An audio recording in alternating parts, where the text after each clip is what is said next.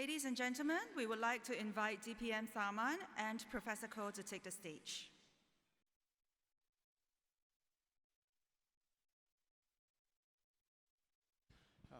DPM, it is a very great pleasure to moderate this dialogue with you. In order to secure this privilege, I shamelessly told Janadas that I'm the chairman of the Tharman Shanmugaratnam fan club in Singapore. I requested Janadas to show us these two videos by NAS because I agree that in only 53 years, we built a wonderful country. It's not perfect, but we have so many things that we can be so proud of. The second video is also important, which is to acknowledge that we are not perfect. We do have challenges. And one of the challenges is inequality. So I would like to begin this dialogue by looking at poverty in the midst of prosperity and the challenge of inequality in Singapore. I believe you'd like to make some remarks. Sure. Thank you, Tommy. And it's always a pleasure to be in dialogue with Tommy. This is our third time, I suspect. Can everyone hear me, by the way? Because I have my mic in the pocket. Can you hear us? Can I be heard at the back? It's clear? Okay. So let me just say a few things to start the dialogue. Inequality is important. Social mobility is even more important. Social mobility is at the heart and soul of our ambition, not just in government, but it must be at the heart and soul of our ambition as a society. It's part of our identity. It has been part of our identity, it is part of our identity, and has to be at the heart and soul of our ambition for the future.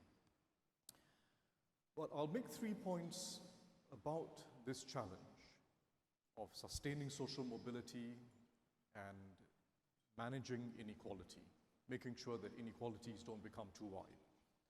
The first point I want to make is that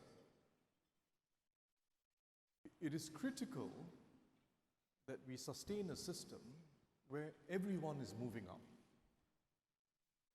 In other words, before we think about the issue of relativities, which is what inequality is about, we have to think about the issue of how can we make sure that everyone moves up, including those in the broad middle of our society, the middle class.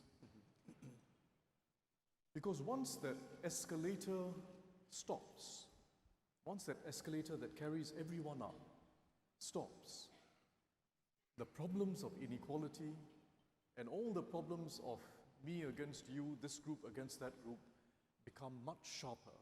And this is exactly what has happened in a whole range of advanced economies. Once you get stagnation in the middle of society over a long period of time, which is what's happened in the US, it's happened in a range of other advanced countries, inequality becomes a much sharper issue, much more brittle.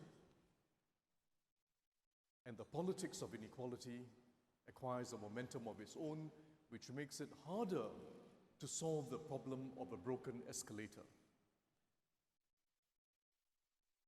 Once that escalator stops, just imagine it, we're all moving up on an escalator. Once that escalator stops, then it becomes a very salient issue. Who's ahead of me, who's behind me? And not just who's ahead of me and moving further away from me, but who's behind me and catching up with me. And this too is what we see in a range of advanced countries, that pervasive anxiety of people in the middle as someone is catching up with them and someone is moving away from them. So keep the escalator moving. Second reason why we've got to keep that escalator moving for everyone is that it makes it much easier to have social mobility with a moving escalator.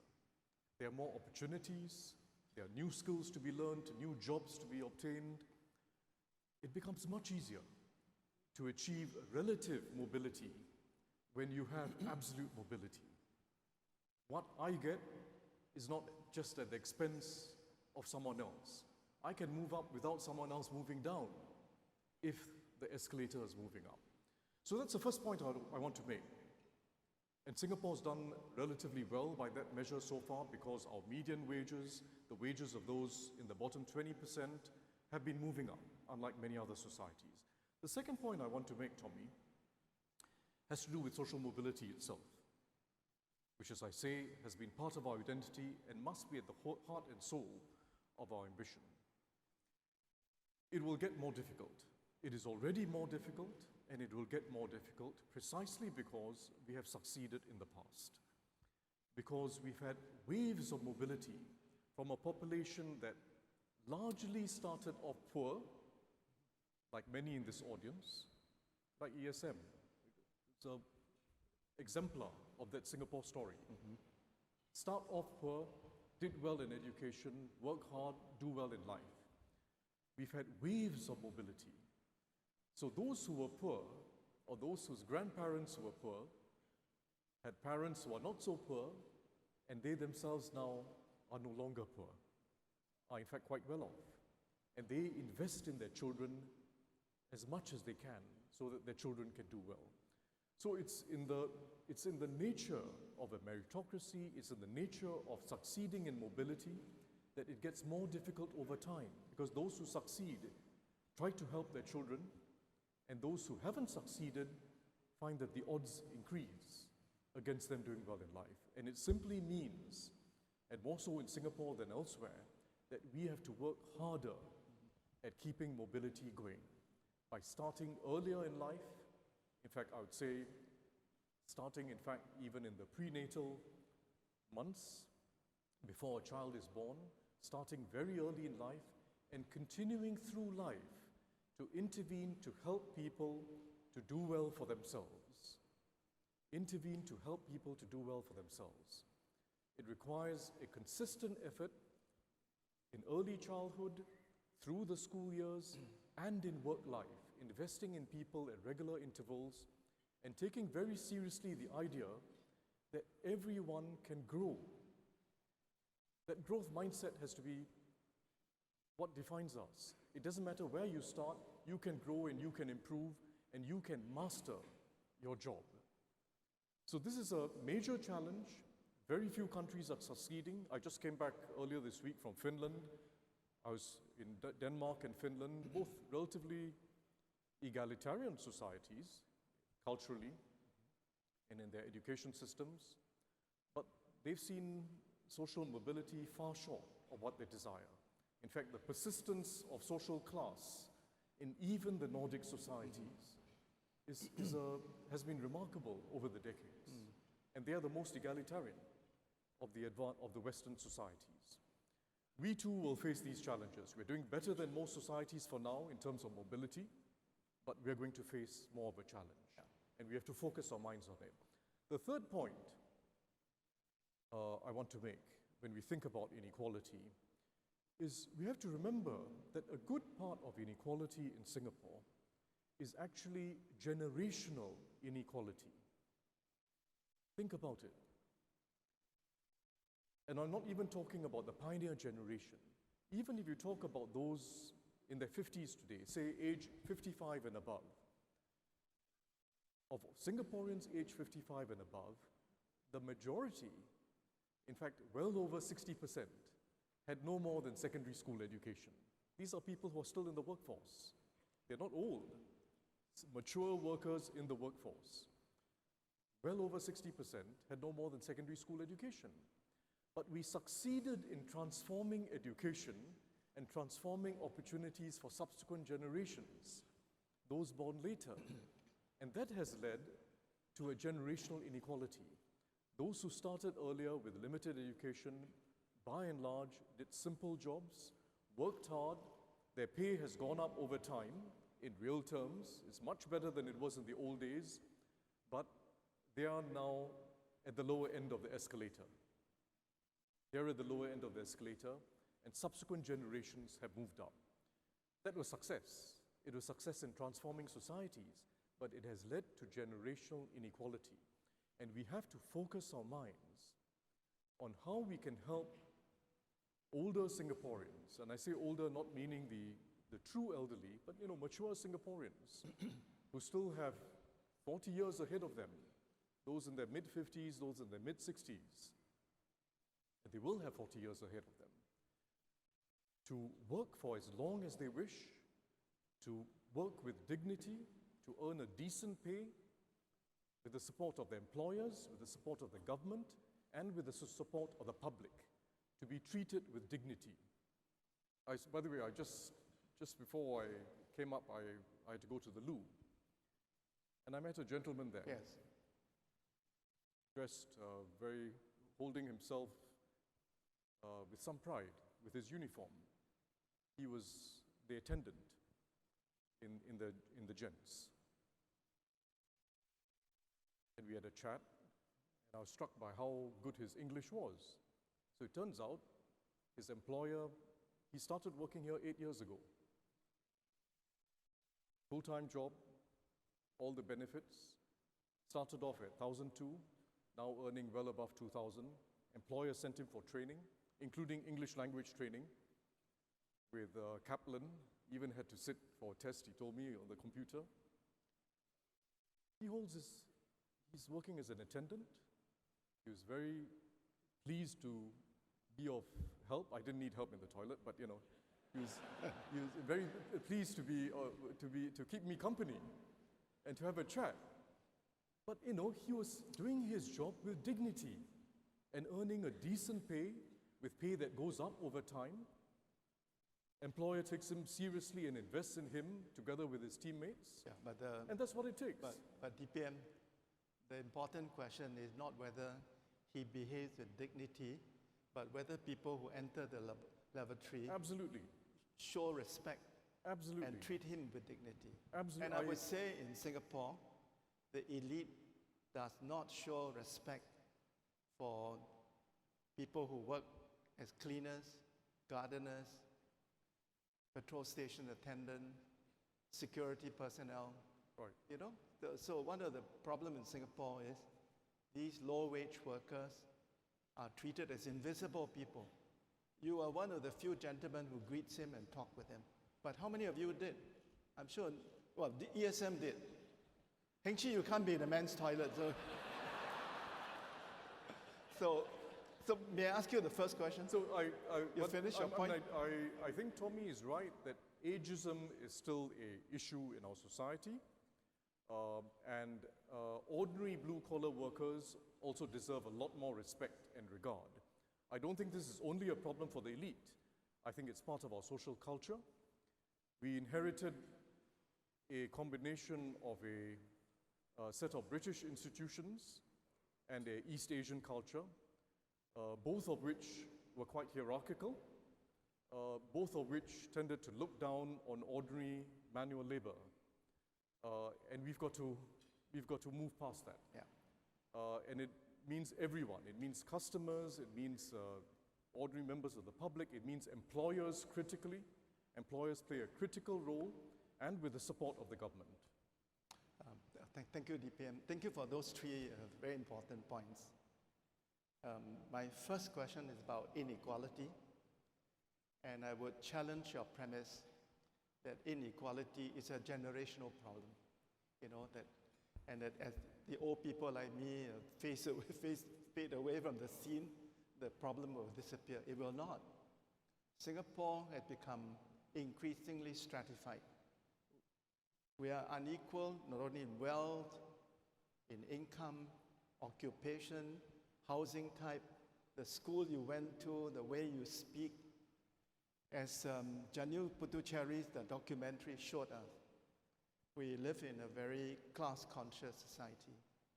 But I want to draw three things to your attention.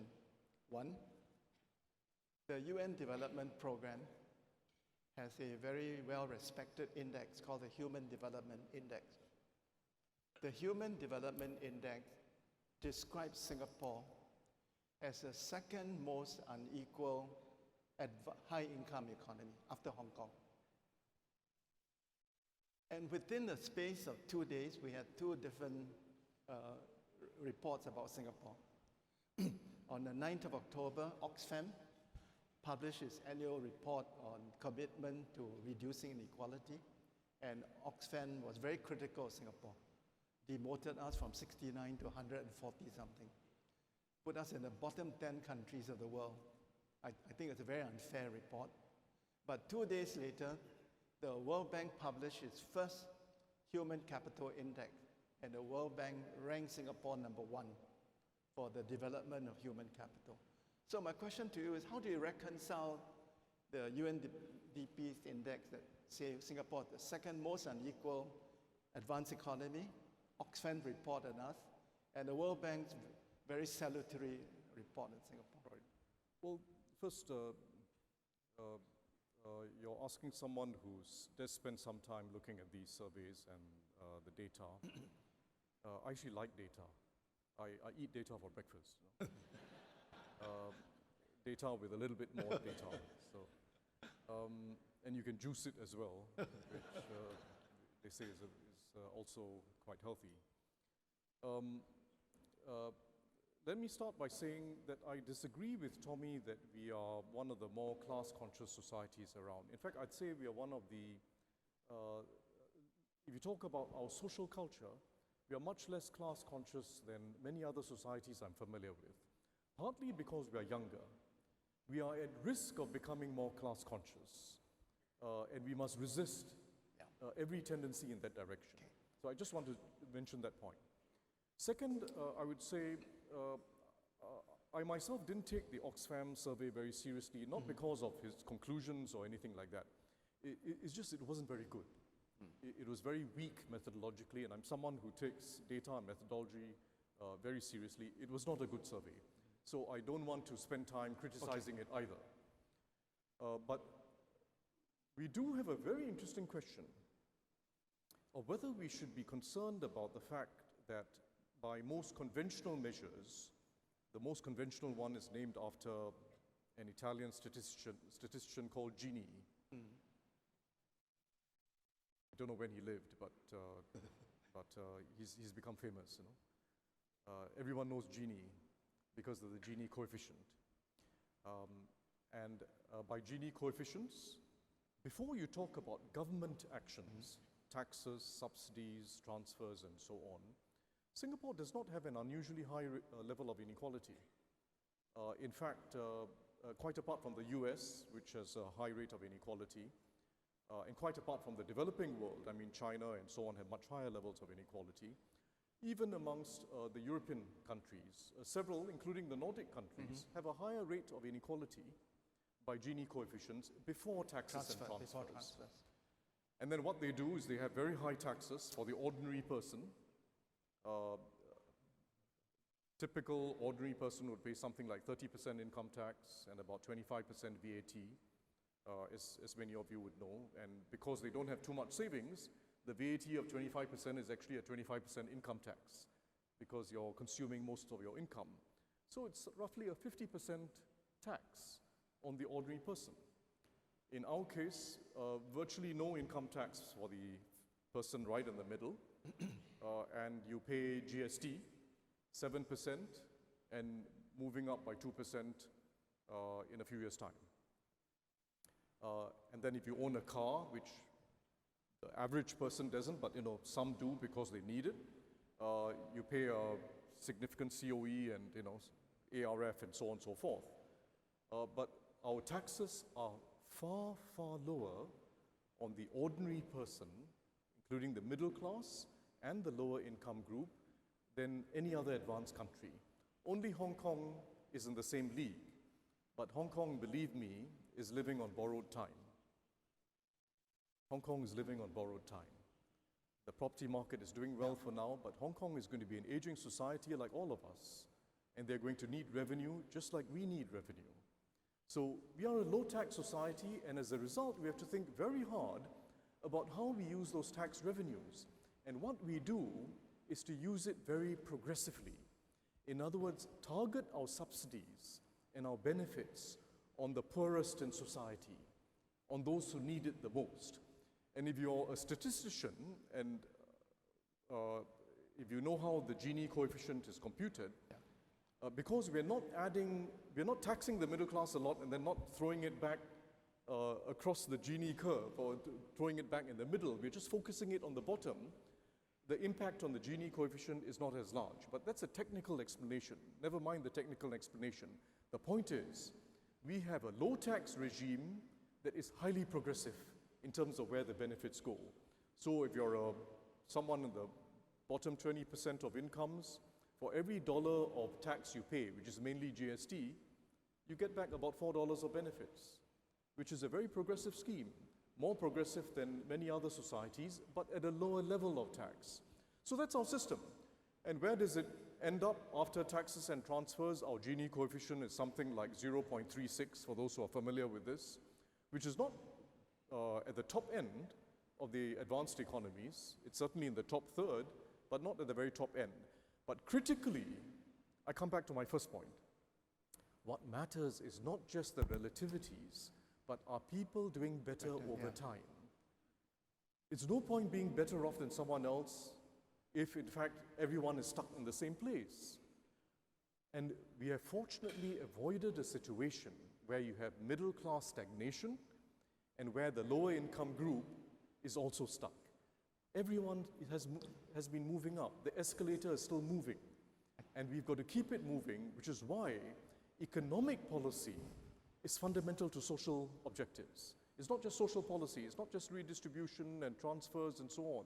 Economic policy itself is central to our social objectives. How do we reconstruct Singapore for a disrupted world, as ESM put it in his speech? That's fundamentally economic policy. And if we can do that well, we keep the escalator moving for everyone. I think your basic point that upward mobility continue to be strong in Singapore, it's a good point, and I agree with that. Inequality and poverty are related, but they're not the same. So do you mind if I ask you a question about poverty? Please. Yeah. If you take per capita income, I think we are one of the 5 richest countries in the world. But there are many poor people in Singapore. There are 2 kinds of poverty. Households that live in absolute poverty, meaning that they lack the means to pay for basic human needs, and families that live in relative poverty. The concept of relative poverty derived from taking 50% of the median income as a yardstick. Household whose income is below 50% of median income is considered relatively poor.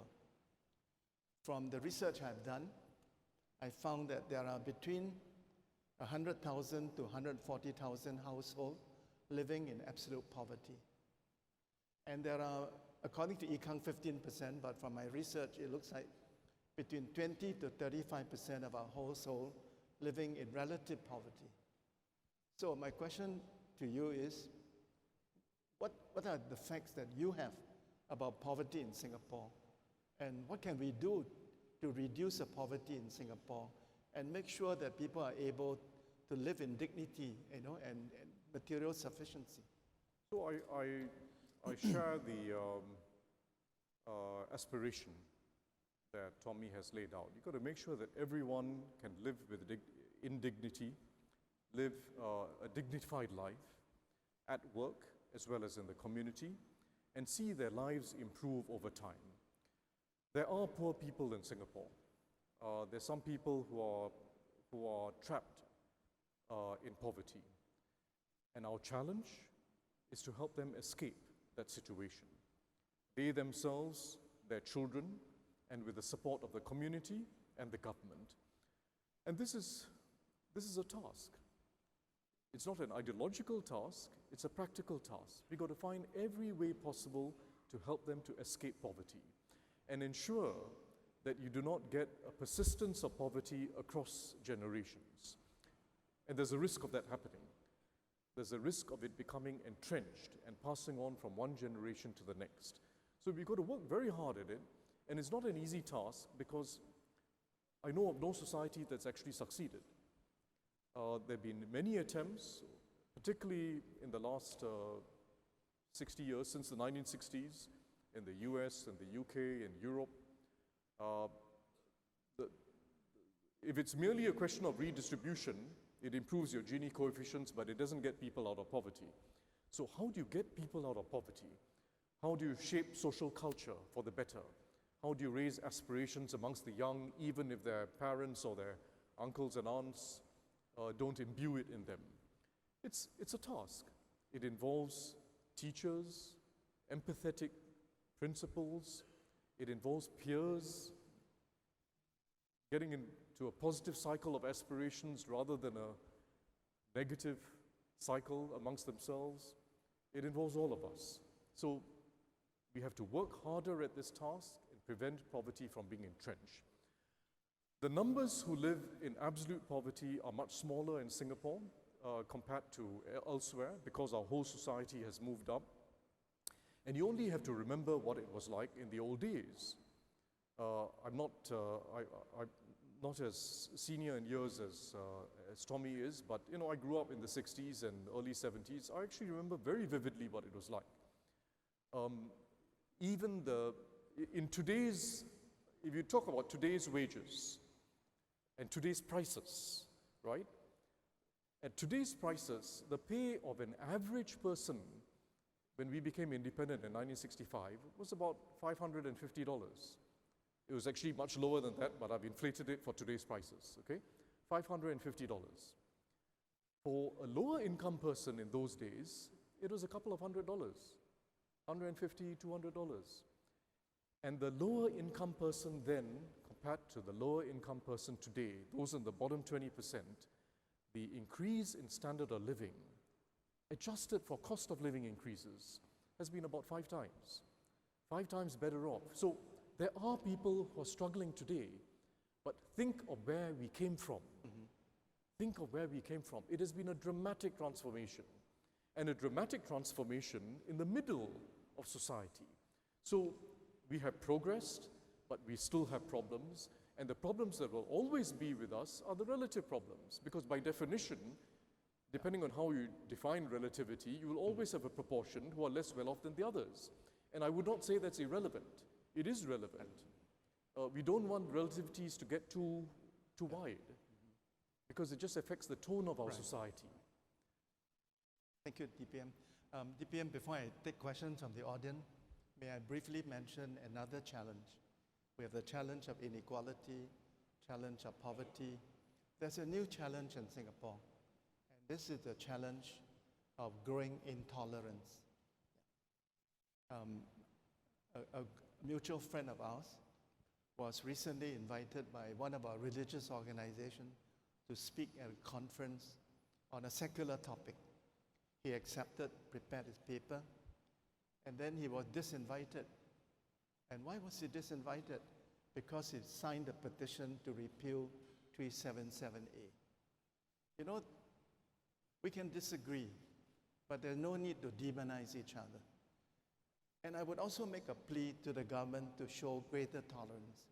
I hope that going forward, the government will no longer ban movies, withdraw book grants.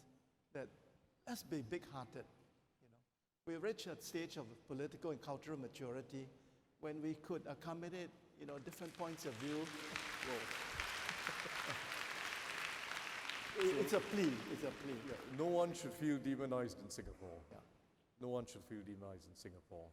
We're a diverse society. We have to respect each other and make sure that whatever our views on specific topics, there's a solid core of shared aspirations and beliefs that holds us together.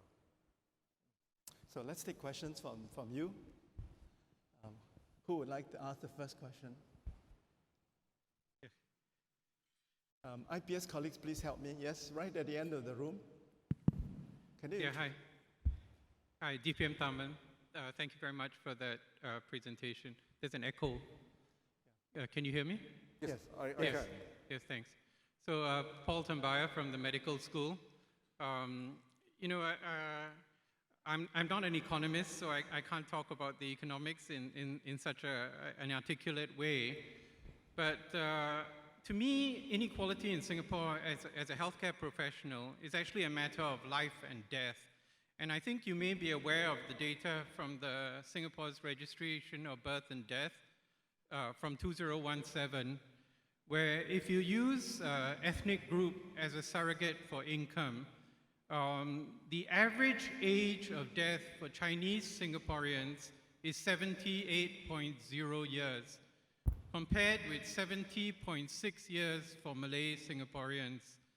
Now, this is a gap of 7.4 years, which is greater than the gap between Caucasian Americans and African Americans.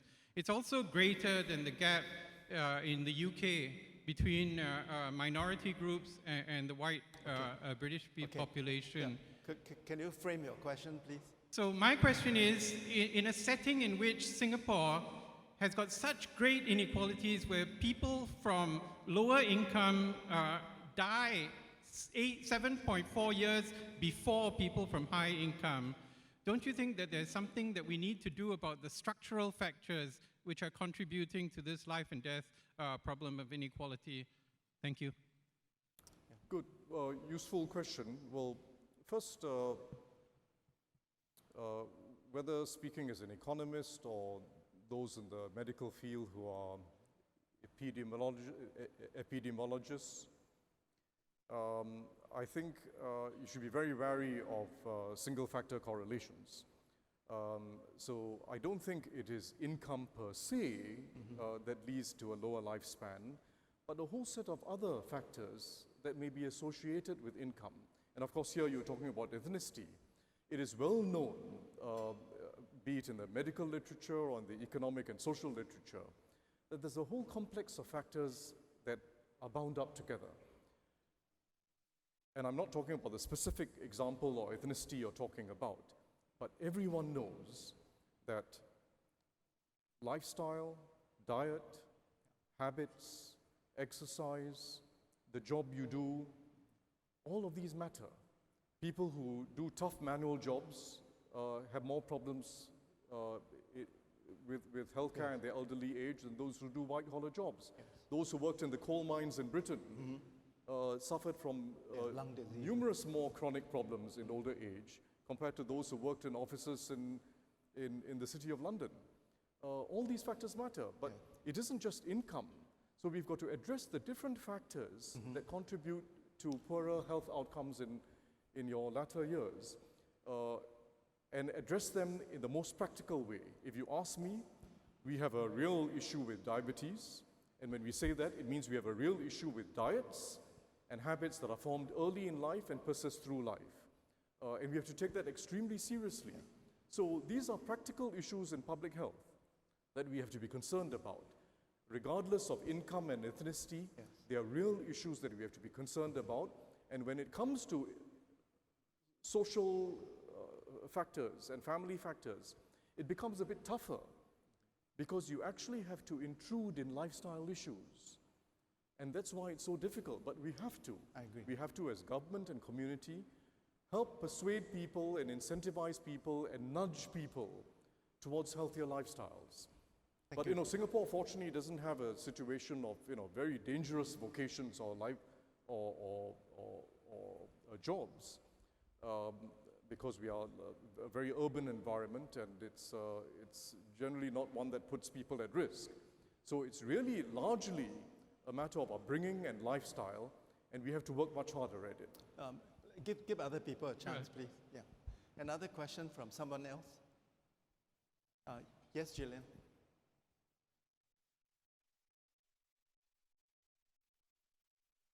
Thank you, Chairman. Good evening, DPM. Can you speak louder, Gillian? Can't hear. My question is this. It has to do with what more we can do for the low-wage, low-skill workers.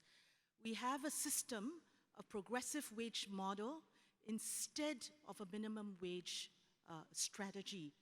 And that progressive wage model is a wage ladder that is paired to skills, which the government has invested in heavily as well. My question is this. Sir, what is your assessment of the progress that we've made using the progressive wage model? I suspect that there will be a lot of discussion tomorrow about whether we should consider a minimum wage model if we just cannot see a lifting up of the people at the bottom to absolute progress and relative progress as well. So just your assessment. And the broader question is this. I think in the room there'll be people who say, let's invest more in the equality of opportunities. Equality of opportunities. But on the other hand, there'll be others who say, if the report card is no good, then let us do more in terms of establishing the equality of outcomes and think about, right now, sexy ideas like universal basic income. So over to you, DPM. Thank you. Thank you, Your Gillian. assessment. Thank you. Thank you, Gillian. Good, DPM? thank you. So I think the issue of a minimum wage should be treated as a practical issue. It's not an ideological issue for us, it's a practical issue, and in fact the progressive wage model is in the same league as the minimum wage. We've basically focused on the most vulnerable, those whose jobs are renewed by contract, and these are those in contracts that are in an industry that is largely outsourced, where they're outsourcing contracts, cleaning, security, and what are called landscape workers, those who look after their estates and so on. Has it worked? If you take our cleaners, 5 years ago, the average wage of a cleaner, and this is quite a large group of workers, the average wage was a little over $900, and today it is over $1,200. So more than a third increase, an increase by more than a third in 5 years, quite significant. For security guards, the increase has been, in fact, even larger, more like 36%, something like that. So very significant increases within a short space of time. But very importantly, as you've highlighted, it's not just setting a floor, but it's designing a ladder of wage increases based on skills and experience. And it's working quite well so far. And we'll have to see whether we need to apply it to more jobs in future. But focus it on the vulnerable and make sure we know who we are trying to help. The trouble with the minimum wage, and I say this as a practical issue, it's not a political debate in my mind at all. As a practical issue in the US and elsewhere, is that a lot of the people who benefit from the minimum wage are not people from poor families. They may be youngsters or spouses or anyone who happens to be doing a job at the lower end, but a very significant proportion of them come from middle-income families or even better off. So it's not very well targeted. By focusing on cleaners, security guards, and landscape technicians, we know who we're trying to help. And by the way, this is a group that is especially populated by our older workers. Our older workers especially are disproportionately present in those three jobs, especially cleaners and security guards. So it's one of the ways in which we've tried to help our cleaners, our older folk who are in the workforce. But the most important strategy, and I have to emphasize this, when we think about all these issues, whether it's minimum wage or progressive wage model, our most important strategy has to be to keep the escalator going. And it means staying competitive, developing capabilities in our economy that will hold us well in future competition, and very importantly, keeping the labor market tight. Keeping the labor market tight does far more than any social policies will do. That's what leads to wages going up over time, and keeping it tight for every category of workers.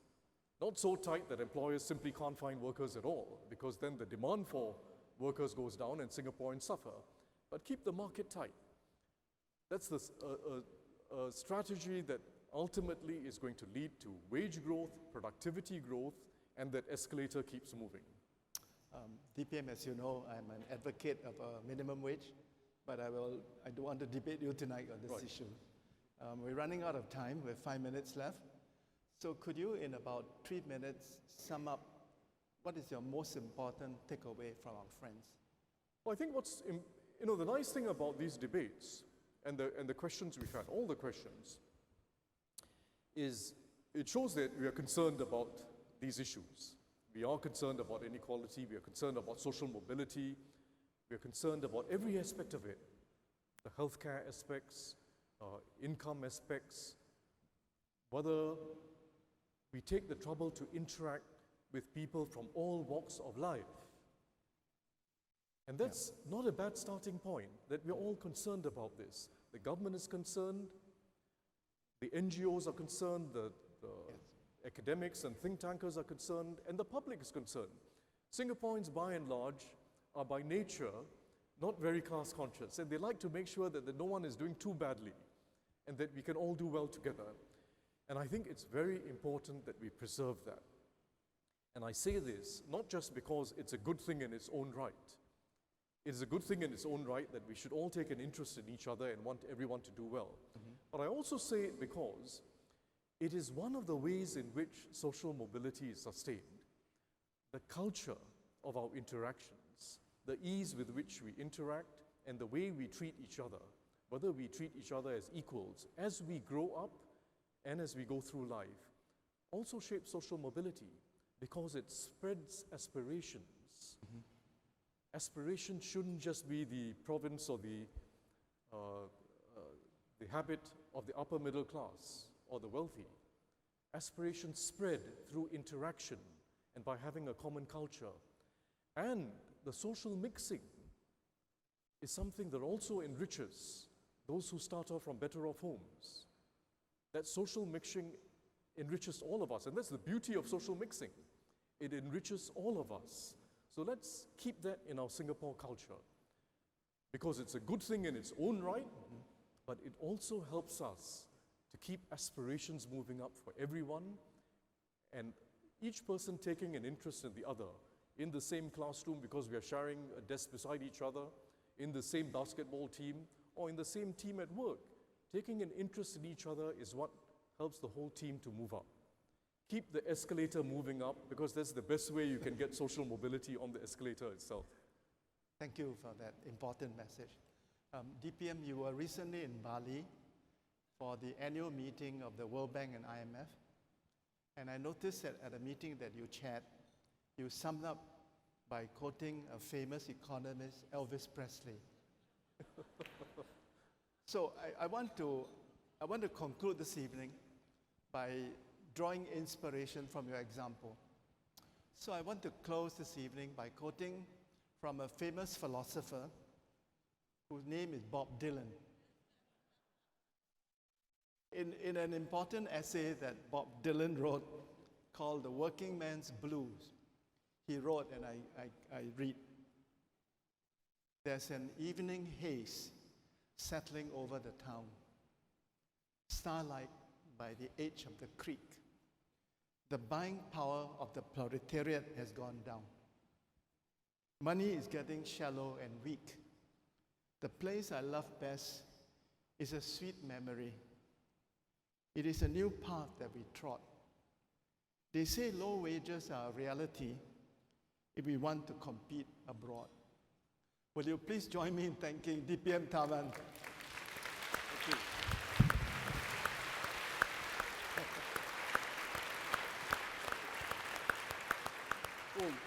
Well, that was a beautiful way to end by Tommy, and I just can't resist adding that what should always be in our mind is, he ain't heavy because he's my brother. Thank you. Thank you. You're always inspiring. Thank you.